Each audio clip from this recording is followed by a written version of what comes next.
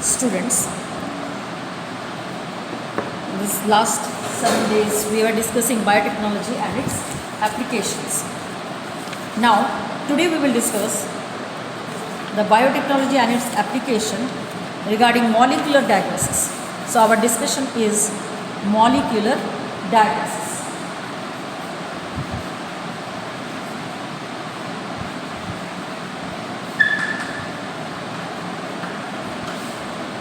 Now in this molecular diagnosis,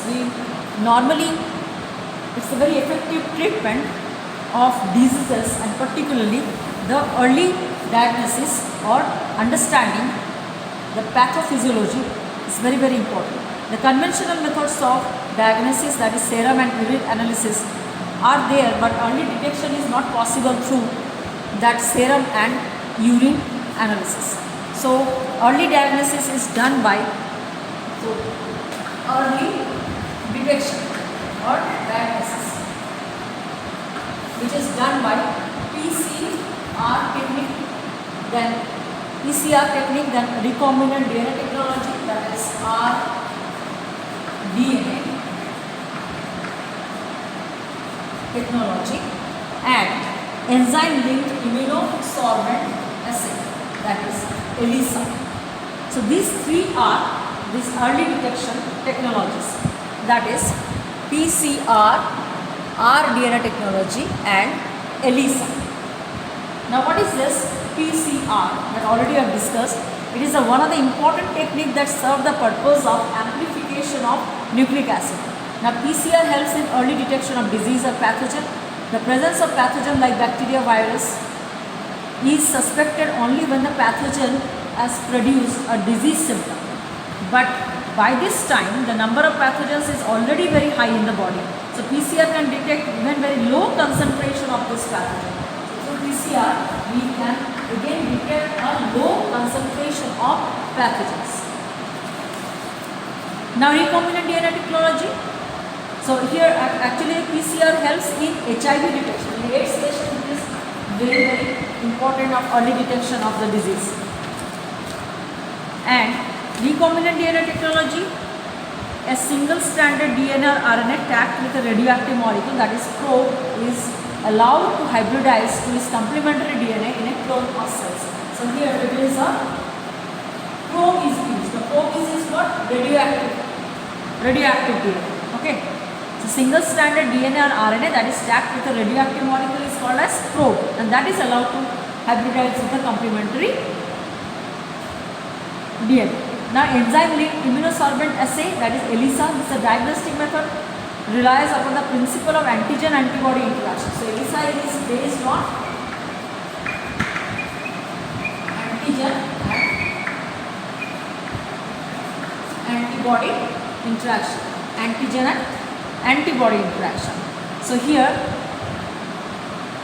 this can be detected by the presence of antigen like proteins and glycoproteins, or by detecting the antibody synthesized against this pathogen. So ELISA is enzyme-linked immunosorbent assay, in which is antigen-antibody interaction. Based on that, these early detections are possible.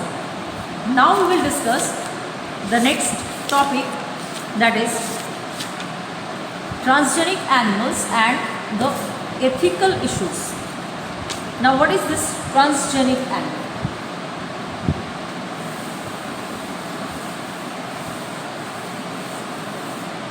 Transgenic animals are what? Where the gene is transferred and these are produced by rDNA technology. So the genes which is transferred from one animal to another, and then we get the desired feature. So what for these transgenic animals are developed, that is for normal physiology and development.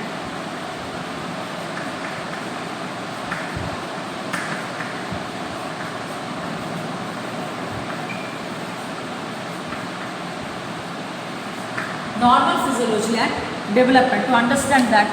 So transgenic animals can be genetically specifically designed to allow the study of how the genes are regulated and how they affect the normal functioning of the body and the development. For example, the study of complex factors involved in the growth, such as insulin. Now, this can easily help on the study of disease also.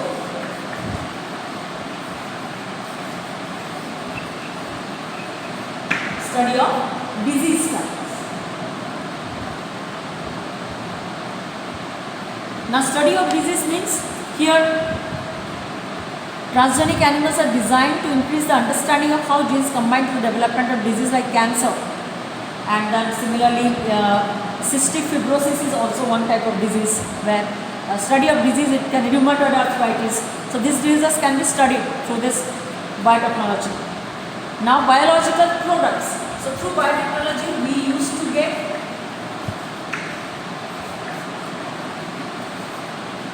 and biological products. Now what are the biological products that we get from our DNA technology? That is one protein is produced to cure emphysema,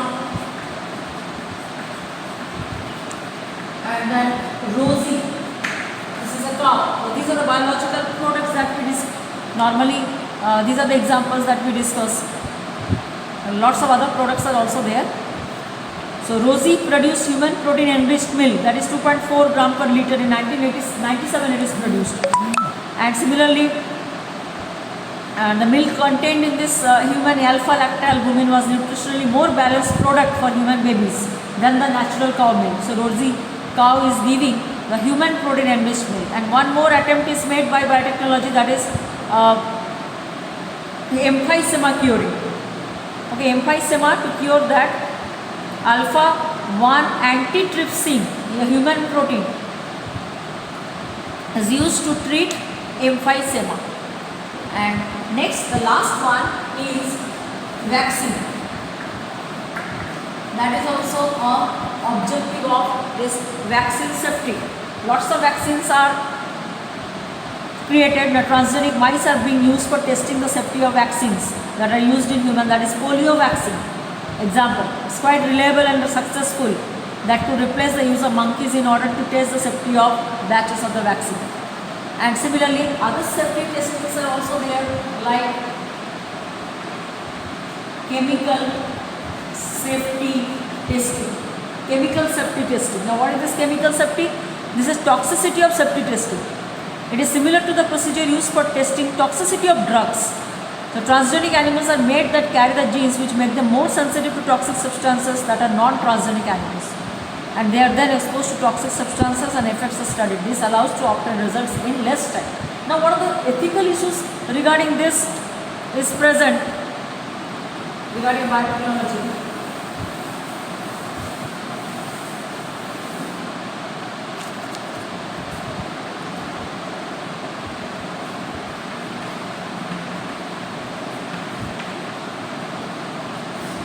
Now, what are the ethical issues? Ethical issues, manipulation of living organism by human race can be unethical and should not go unregulated. So, genetic modification of organism can have unpredictable results. When such organisms are introduced into the ecosystem, the modification and usage of living organism for public services can also be created problems with patents granted for the same. Therefore, there is a need for some ethical standard, and that is called, by say, bioethics. That is called your bioethics. And so there is a genetic engineering approval committee, that is normally we say as GEAC, that is genetic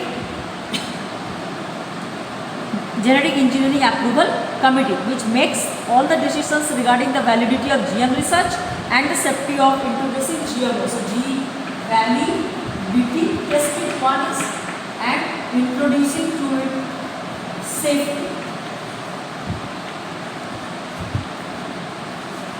In a safe way it should be introduced to the market.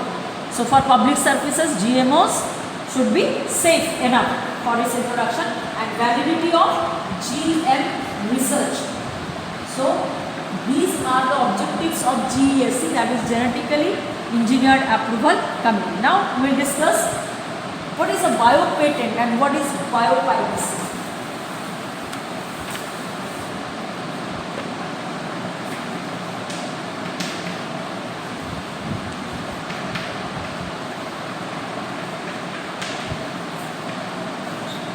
Now, what is is biopatent? And normally the biopatent are examples I can give you, like your basmati rice, then neem, then turmeric. Okay, and the biopiracy is what the illegal way of doing any type of business along with these GMOs, for these GMOs. Okay, so what is a patent?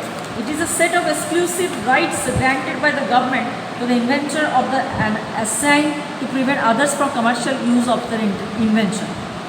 So biopatents granted for biological entities and for products derived from them. Okay, like USA, Japan, European Union, these are awarding the biopatents. And from India, biopatents are made like basmati rice, neem and turmeric. It is given to America. Now biopiracy is what? Like traditional knowledge related to bioresources can be organized to develop modern applications and can save time, efforts and expenditure during their commercialization. So biopiracy refers to the use of bioresources by multinational companies and their organization without proper authorization from the country. So here proper authorization is not there.